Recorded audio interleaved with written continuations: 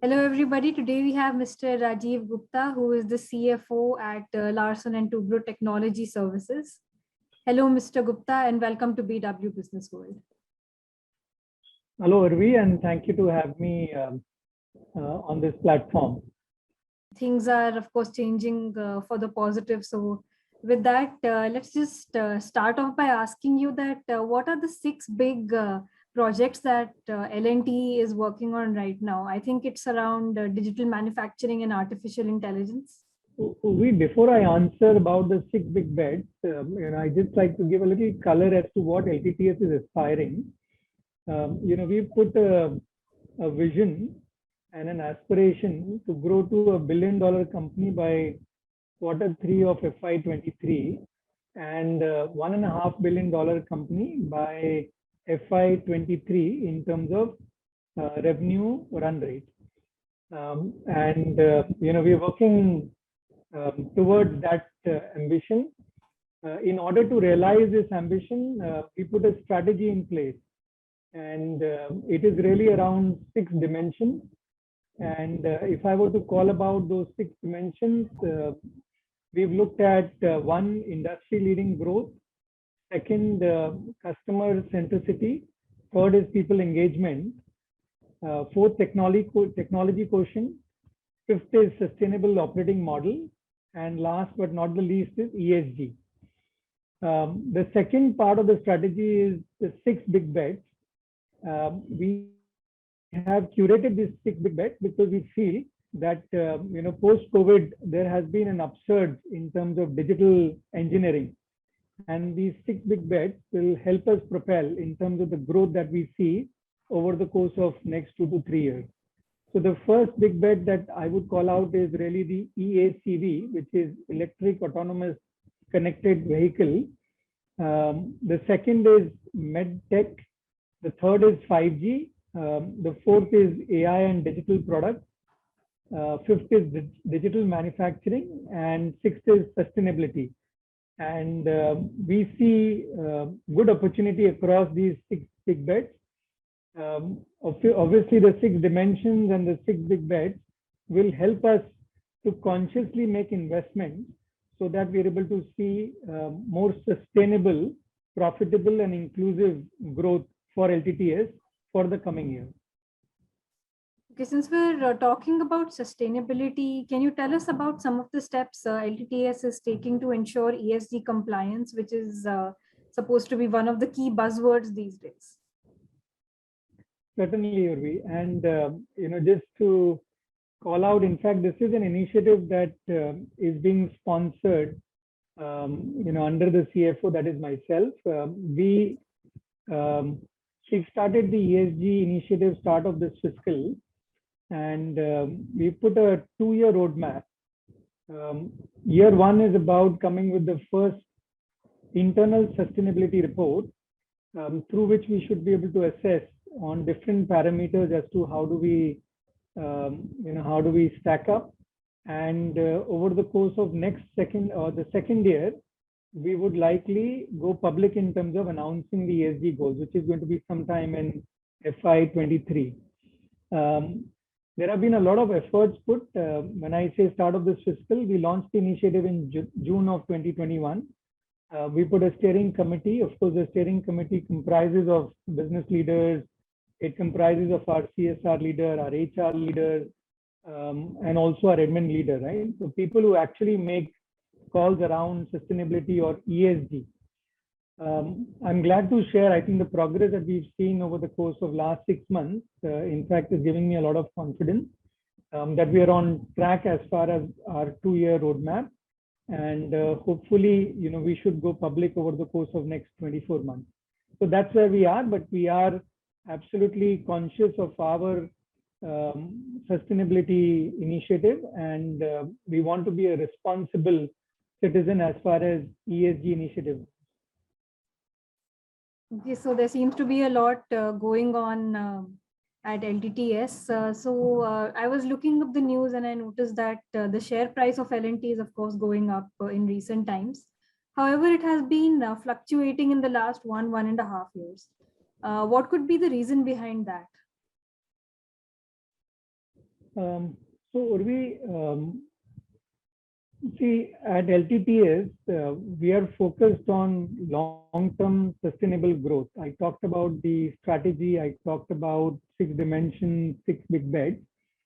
We truly believe, as far as executing on some of these aspects, and this is also at the back of our strong business fundamentals, basis our pure play engineering services proposition. And we feel that by staying focused around some of these, strategic initiatives, we will continue to play on that long-term sustainable growth. As far as market dynamics, increase or decrease in share prices, really it is beyond our control. We remain committed as far as our growth and growth-related investments. Could you elaborate on the projects that LTTS is working on with the government of India?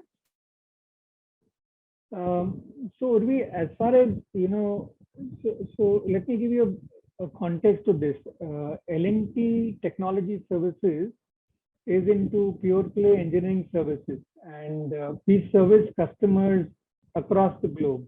Predominantly, our revenues are from US, followed by Europe, and then, of course, rest of the world and India. We do not do projects directly with the government of India. We are largely serving, I would say, the top 57 spenders globally on research and development. And we help our customers as far as providing engineering solutions so that they can time launch of their products and also help them in their digital transformation as far as engineering is concerned. That's really the value proposition from L&T Technology side of it. What about the partnership with Microsoft? What does that bring to the table for L&T? So if we talk about partnership with Microsoft, essentially some of the engineering solutions. So what you're talking about really is the IoT-based smart manufacturing solution. So we are partnering really with Microsoft on Energy and Sustainability Manager. This is a comprehensive compliance and standard-driven solution that tracks energy losses across plants. And again, this is with the sustainability big bet in mind, to reduce wastage throughout a business and providing visibility into utilities and plant equipment. So we are partnering with Microsoft so that we are able to see how best to deploy Energy and Sustainability Manager across different platforms. So that's essentially where we are partnering with Microsoft. Okay, so LTTS has also recently signed the Science-Based Targets Initiative document. Is this also related to the sustainability and ESG goals of the company? I think that's a very good question, Urvi. So sustainability, as I said, is a big bet for us. And Science-Based Target Initiative is a commitment made by L&T Technology Services. We signed the pledge in October. And this is a commitment wherein LTTS will reduce its carbon emissions. We have, of course, 2 years to come up with the goals, and we will have until 2030 to actually translate those goals in terms of reduction of carbon emissions. This is also to demonstrate to our clients that, along with advising them on sustainability, we ourselves are conscious and we continue to work as far as reduction of carbon emissions. All right. So there seems to be a lot of goal setting going on. Is international expansion a part of LTTS's goal in the future, and what are the projects going on internationally right now? So again, as I mentioned, large part of our revenues are delivered out of US, right, followed by Europe and then the rest of the world and then India. We are consciously making investments in US, in Europe, and in Japan. Those are the three key geographies that we've identified. And as far as investments, we're also putting up an acquisition strategy where we want to make acquisitions in US and in Europe. We've identified 3 areas where we want to do acquisition. This is clearly in terms of building capabilities in the white spaces. The first one is really on the auto new tech, and in a way it correlates to our big bet, which is ESCV. So we're looking at Europe and of course, if possible, US to be able to do an acquisition around auto new tech. As far as medtech, again, it combines with our big bet. This is also to build wide space capability in healthcare and provider segment. The third is in ISV. We believe ISV will continue to present opportunity over the course of next 2 to 3 years. So we are looking for acquisition in ISV as well. And across all these 3 areas, US and Europe remains our preference. Just to add further, Urvi, and I think some of you have probably seen how we've operated in the past. In the past, we've done more of tuck-in acquisitions, but here we are now a little more prepared to do slightly larger acquisitions, which could be in the range of $50 to $75 million or even slightly bigger ticket size. So that's the aspiration and the ambition that we hold as far as investments and acquisitions across geographies. Since we're on the topic of 6 big bets again, I wanted to ask you, what are some of the digital products and artificial intelligence technologies that LTTS is working on? How is the R&D aspect working right now? So if I look at AI and digital products, right? This is one of the big bets that I called out.